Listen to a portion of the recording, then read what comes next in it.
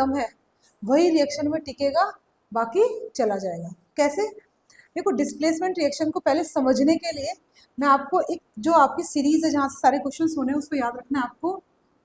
Potassium, sodium, magnesium, aluminium, lead, hydrogen, copper, AG and, ठीक है।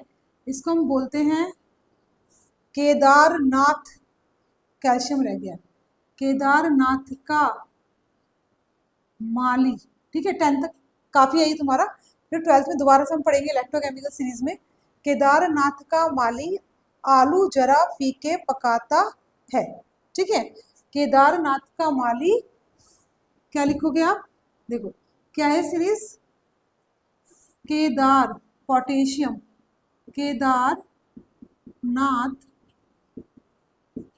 का कैल्शियम माली, magnesium, आलू, एल्यूमिनियम, जरा, जिंक, फीके, आयरन, पकाता, लेड, पकाता है, ठीक है। अब है के बाद क्या है? कॉपर है। याद रखना कॉपर के बहुत सारे क्वेश्चन आते हैं। और फिर तुम्हारा क्या है? ए। तो ये क्या है बच्चों? केदारनाथ का माली आलू जरा फीके पकाता है। इससे बहुत सारे क्वेश्चन आपके हो जाते हैं। कौन कौन से? सबसे पहले तो आपको ये याद रखना है जो बहुत ही ज्यादा इंपॉर्टेंट है कि इलेक्ट्रोकेमिकल सीरीज, ये जो आपकी सीरीज दी हुई है रिएक्टिविटी सीरीज जो है आपकी, इस रिएक्टिविटी सीरीज में जो जितना ऊपर है वो उतना ही स्ट्रांग है। कहने का मतलब क्या है कि अगर एक कंपाउंड है और जिंक क्या है आपका? आयरन से ऊपर है। क्या है? आयरन से ऊपर है। तो जिंक किसी सॉल्यूशन में से आयरन को डिस्प्लेस कर सकता है, बट आयरन जिंक को नहीं कर सकता है। बात समझ में आ रही है?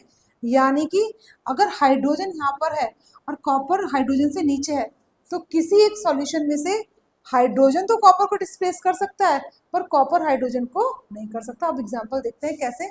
सपोज एक रिएक्शन है आपकी FeSO4 प्लस कॉपर, ठीक है। तो अगर आप सोच रहे हो कि रिएक्शन हो जाएगी, कॉपर इस रिएक्शन में से Fe को डिस्प्लेस करके इसके सल्फेट को चुरा लेगा और कॉपर सल्फेट बना लेगा, तो भैया ऐसा है कि ये रिएक्शन तो ना हो पाएगी। क्यों नहीं हो पाएगी?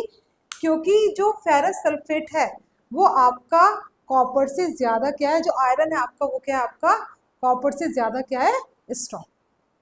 याद रखोगे आप इस बात को। लेकिन अगर यहाँ पे रिएक्शन होगी आपकी कॉपर सल्फेट प्लस आयरन, तो yes this reaction is possible. ये बन जाएगा आपका FeSO4 प्लस। तो डिस्प्लेसमेंट रिएक्शन को समझने के लिए मैंने आपको एक वीडियो दी हुई है, ठीक है। यहाँ पे हमने क्या लिया है? हमने कॉपर सल्फेट का एक सॉल्यूशन लिया है और उस कॉपर सल्फेट के सॉल्यूशन में हमने क्या डाली हुई है? आयरन की नहीं डाली। बहुत ही इंपॉर्टेंट प्रैक्टिकल है, वीडियो को पूरा देख लेना, ठीक है। मैंने पूरी जो एक्सपेरिमेंट है आपका लेबोरेटरी में किया हुआ है। 10 आवर्स के बाद की रिएक्शन भी आपको दिखाई हुई है कि क्या होता है जब आप जब आप आयरन नेल को कॉपर सल्फेट सॉल्यूशन में डालते हैं, फिर क्या कलर चेंज आता है। तो पूरी वीडियो देखिए, आपकी वीडियो चल रही है, इसमें आपको क्लियर हो जाएगा कि what is displacement reaction.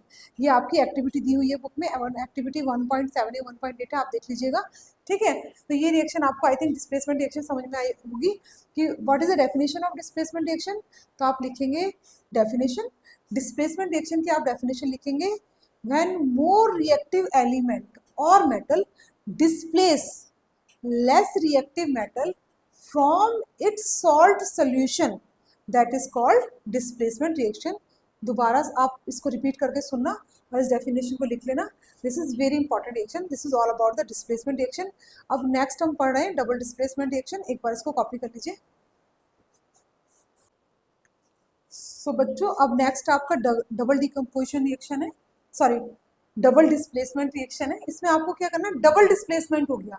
Displacement में एक स्ट्रॉन्गर और more reactive element less reactive को डिस्प्लेस करती है, और यहाँ पे क्या हो रहा है? डबल डिस्प्लेसमेंट में दो जो मेटल्स हैं, जो दो कंपाउंड्स हैं, वो आपस में अपने आयंस को एक्सचेंज कर रहे हैं। किसको एक्सचेंज कर रहे हैं? आयंस को। तो डेफिनेशन हो गई, when two compounds exchange there ions and form two new compounds are called double displacement reaction, are called double displacement ठीक है, याद रहेगा आपको। अब एक एग्जांपल देख लेते हैं आपका। सपोज हमने एक सॉल्ट लिया है Na2SO4 और एक हमने ले लिया बेरियम क्लोराइड, ठीक है। इसका नाम क्या है, सोडियम सल्फेट, और इसका नाम क्या हो गया आपका, barium chloride. So when there ions exchange, क्या एक्सचेंज हो रहा है, आयंस का एक्सचेंज हो रहा है and they are forming new compound NaCl, ठीक है। यहाँ पे 2NaCl हो जाएगा ये आपका, प्लस BaSO4। अब देखिए यहाँ पे रिएक्शन बैलेंस है, 2Na, यहाँ पे Na2SO4, रिएक्शन पूरी बैलेंस है, तो ये हो गया आपका कंपाउंड। इस तरह की जो रिएक्शन है that is called double displacement reaction. आप मुझे कमेंट में एक और डबल डिस्प्लेसमेंट रिएक्शन का एग्जांपल देंगे that is in your NCERT, ठीक है। तो बच्चों ये क्वेश्चन भी आपका एनसीईआरटी में, फटाफट इसको करिए, इसके बाद हम ऑक्सीडेशन रिडक्शन करते हैं।